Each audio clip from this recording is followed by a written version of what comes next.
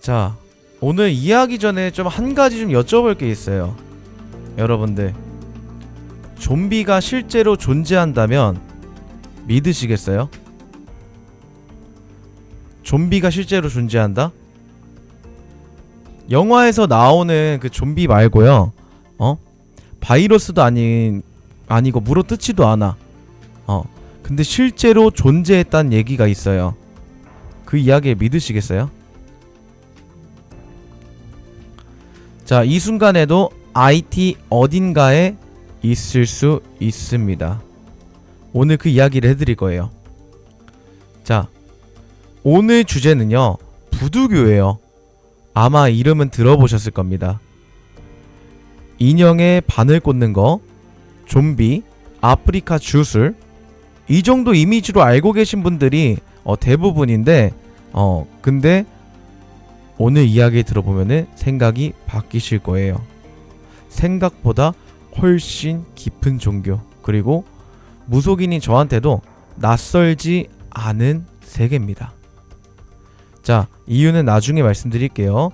일단은 먼저 부두교가 어디서 왔는지가 되게 중요해서 그걸 먼저 짚어야 돼요. 자, 부두교는 어디서 왔을까? 17세기 IT예요. 자, 당시 IT는 프랑스 식민지였는데, 프랑스 그 아프리카 각지에서 이제 흑인분들을 강제로 끌고 와가지고 IT 사탕수수 농장에서 일을 시켰어요. 입착기에 빨려 들어가는 죽은 이들만 18,000명 정도의 그 극한의 그 상황이었거든요. 그쵸, 귀신은 본 적 있지만 아직 좀비는 못 봤다죠. 지금 알려드릴게요. 근데 이 사람들이 할 수 있는 건 없었어. 왜 없었을까? 언어도 다르고요, 문화도 달랐고 각자 다른 부족에서 온 사람들이었기 때문이야. 자, 그런데 한 가지가 있어요. 그들이 아프리카에서 가져온 신앙이라는 거지. 백인들 몰래 자기 땅의 신령들의 기도를 냈어요. 살아남게 해달라고, 해방시켜달라고. 그러다가 IT 토착 문화와 섞이고 강제로 배워야 했던 카톨릭과도 뒤섞이면서 완전히 새로운 종교가 탄생합니다. 자, 그게 뭘까? 그게 부두교야. 자, 부두라는 말 자체가 서아프리카어로 영혼이란 뜻이에요. 이름부터가 영혼의 종교야. 이 종교가 단순히 그 미신으로 취급받았는데, 사실 이 부두교는요, IT 독립혁명에서 핵심적인 역할을 했습니다. 자, 1791년 부두교 사제가 주도한 의식에서 노예들의 봉기를 결의했고, 이 세계 최초 흑인 독립공화국인 IT를 만들어낸 혁명의 불씨가 됐어요. 자, 부두교 사제가 주도한 의식에서 노예들의 봉기가 이뤄내가지고 백인들이 부두교를 악마의 종교로 몰고 간 거예요. 자신들의 지배와 맞선 저항의 종교였으니까. 그러면 한국 무속이 조선시대에서 억압받던 것과 비슷한 이유거든요. 지배 이념과 맞지 않고 민중의 결속력을 강화한다는 이유로 탄압받았어요. 이름은 달라도 민중의 신앙이 권력에 의해서 미신으로 낙인 찍히는 구조예요. 근데 이거는 전세계 어디서나 반복이 돼요. 부두교 중심에는요, 로아라는 존재가 있어요. 로아는 신이에요. 신령. 인간과 세상 사이에 중재하는 존재예요. 부두교에서는 유일신이 따로 있는데, 그 유일신은 너무 거대한 것에 관심을 기울이느냐고 인간에게는 신경 쓰지 않는다고 봅니다. 그래서 직접 소통하는 건 로아입니다. 누구와? 인간과. 자, 로아마다 담당하는 영역이 틀려요.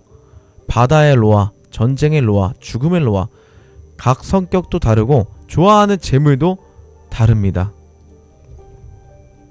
자, 그리고 이 로아가 인간의 몸에 내려오거든요.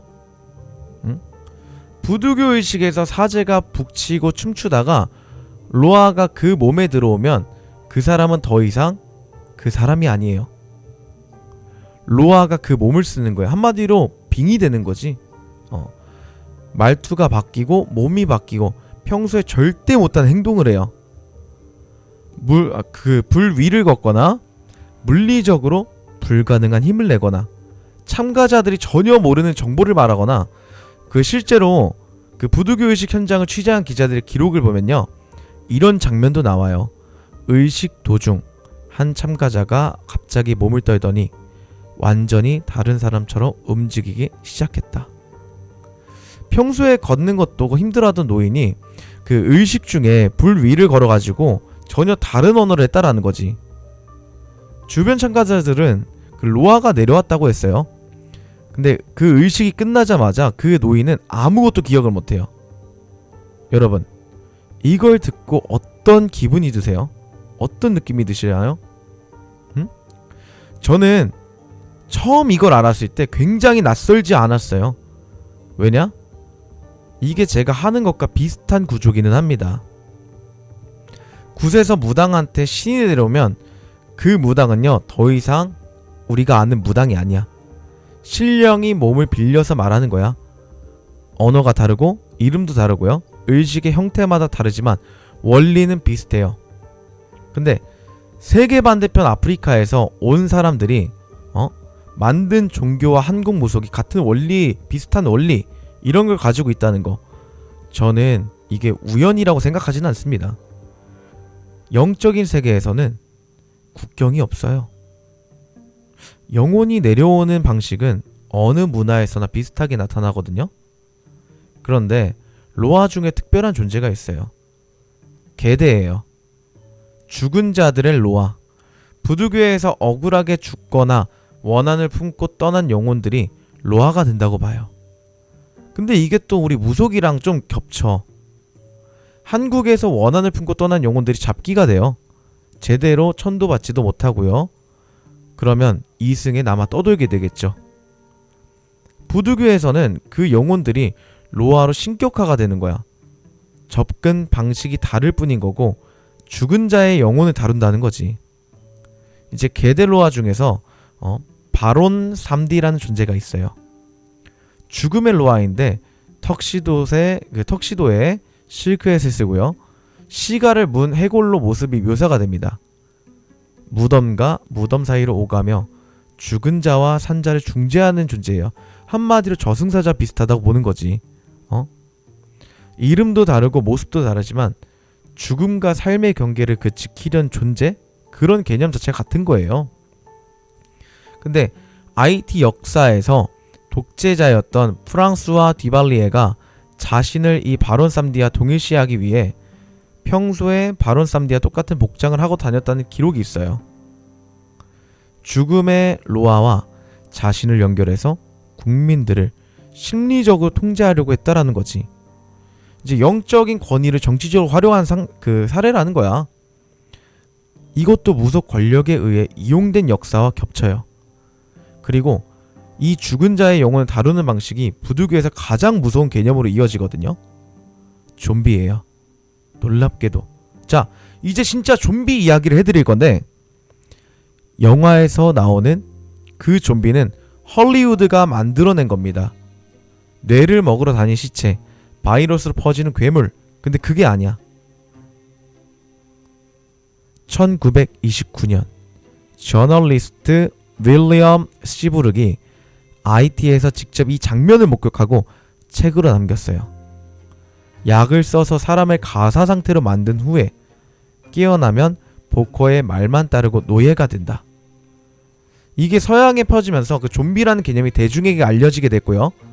이후 헐리우드가 바이러스 좀비로 변형시켜서 퍼뜨린 거야. 원래 좀비는 괴물이 아니에요. 영혼을 잃은 사람이지.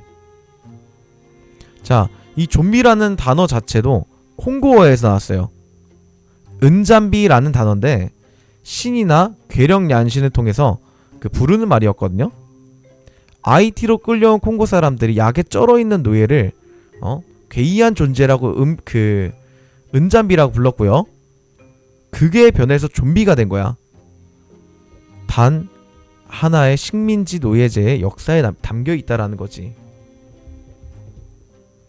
자, 진짜 좀비는요, 여러분들, 이렇습니다. 부두교에서 좀비는 보커라고 불리는 어두운 사제가 인간 세계에서 영혼을 뽑아낸 존재야.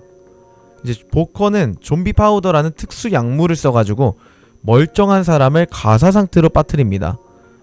좀비 파우더의 주성분은요, 보고의 독인 테트로도톡신.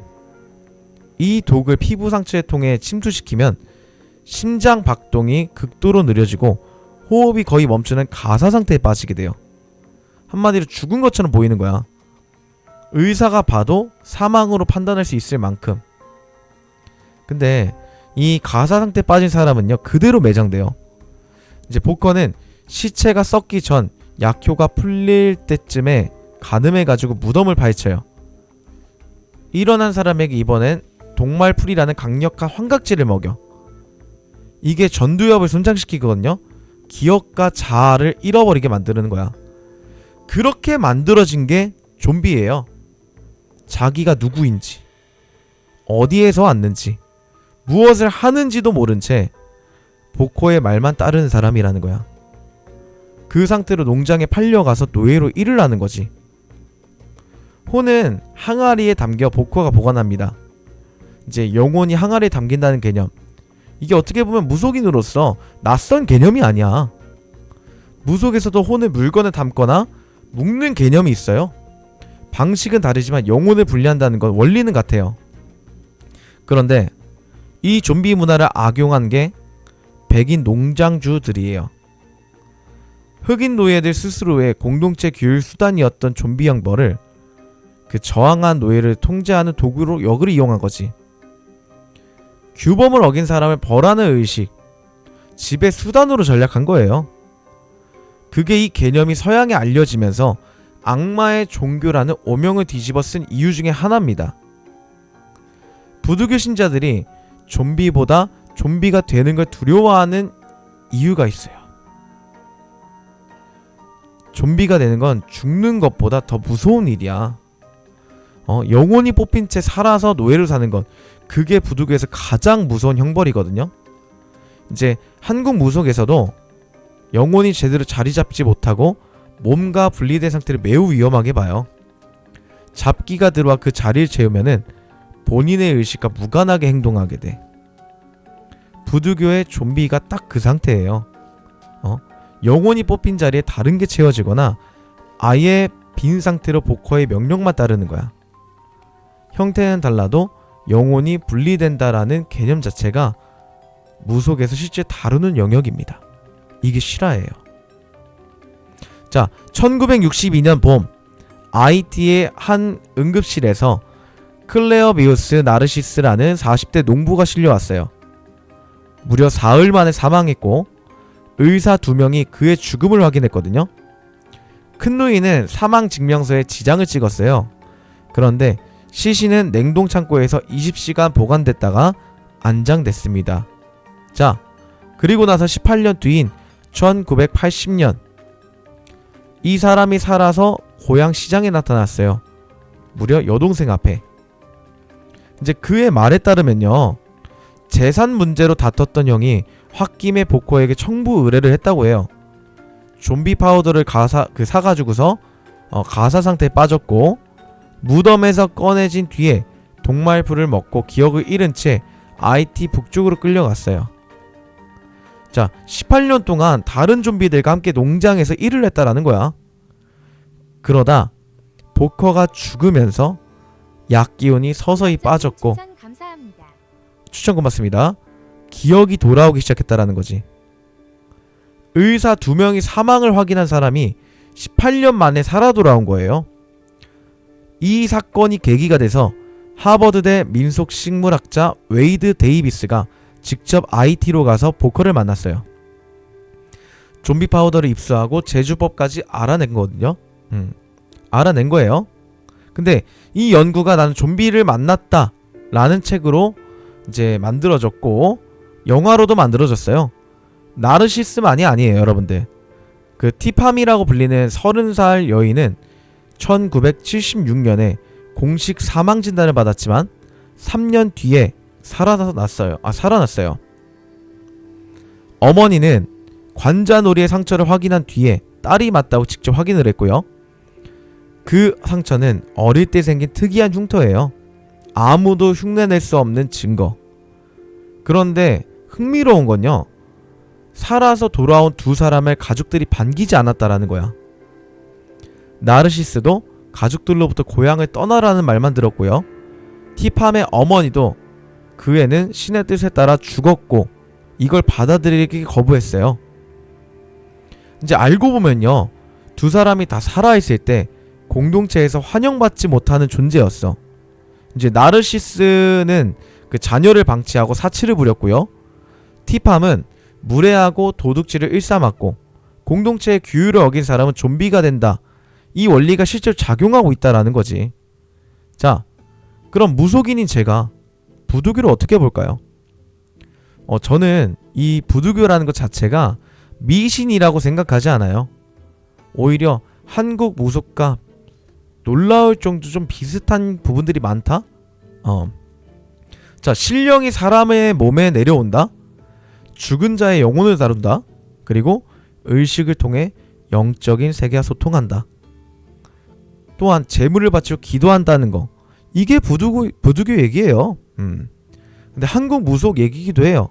다른 점도 굉장히 많죠. 이제 부두교에서는 로아를 악한 목적에 쓰는 보커, 어두운 사제가 따로 있지만 좀비를 만드는 게 그들이거든요. 선한 사제와 어두운 사제 같은 로아를 쓰는 방향이 달라요.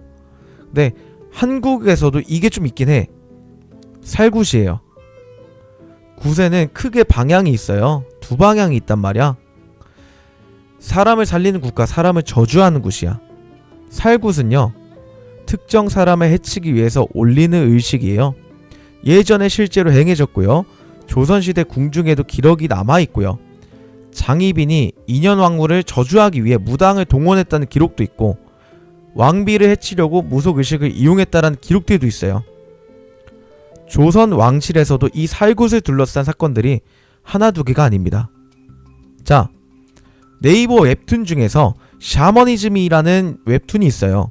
근데 이 샤머니즘에서도 이 살굿 무담 개념이 등장할 정도로 무속에서 살굿은 금기 중에 금기입니다.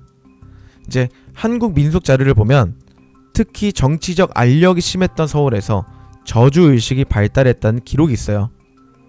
권력 다툼의 도구로 쓰인 거지. 이게 그 부두교에서 보커가 권력자의 도구로 쓰이던 것과 같은 구조야. 무당들 사이에서도 저주행위 자체가 청부살인급과 동급으로 여겨지고요. 신을 모시는 몸으로 저주를 걸면 그 업은 자기 자신에게 돌아온다고 봐요. 무속에선 이걸 신벌이라고 하거든요. 부두교의 보커와 같은 논리야. 이제 로아를 악한 목적에 쓰는 보커, 부두교 공동체 안에서 경계하는 존재. 힘을 쓸 줄 안다고 해서 다 같은 게 아니란 말이야. 어떤 방향으로 쓰느냐가 핵심이야. 자, 실제로 살굿을 의뢰했다가 그 업을 자기 자신한테 돌아와가지고 더 큰 화를 입었다는 이야기가 무속세계에 전해집니다. 저주를 건 무당이 신벌을 받아 폐인이 됐다는 이야기도 있고요. 그리고 온 집안이 망가지고 자녀분들도 죽고 혹은 본인까지 폐인이 되는 그런 이야기도 있어요. 자, 무속에서 신이 그걸 다 보고 있다고 봐요. 선한 방향으로 쓰면 힘이 더 강해지고 악한 방향으로 쓰면 반드시 대가를 치른다는 거지. 이제 영적인 세계에서 다루는 모든 의식에는 그 힘을 어떻게 쓰느냐가 핵심이야. 부두교도 한국의 무속도 세계 어느 나라의 샤머니즘도 마찬가지거든요. 이제 선한 사제와 어두운 사제의 경계, 그게 어느 나라에서든 존재해요. 부두교를 공부하면서 저한테 조금 강하게 남는 게 있었어요.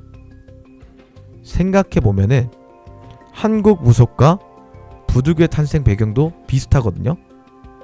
외래 종교들, 불교, 유교, 기독교가 들어오면서 미신으로 탄압받았어요.